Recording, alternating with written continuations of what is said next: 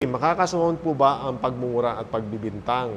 Sabi ng Supreme Court, ang pagmumura ay ekspresyon ng galit at pagkadismaya, kaya hindi pwedeng maging grave oral defamation.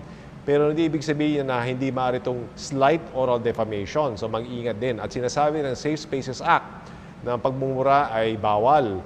Pero pag yan ay pag-gender-based yan. So sino ba minura mo? Babae ba? Member ba ng LGBT? Gender-based ba yung pagmumura na ginawa mo? Paglalait ba sa pagkatao nila? No? So mag-ingat ka dyan. Inuulit ko, baka maging slight oral defamation o paglabag sa Safe Spaces Act.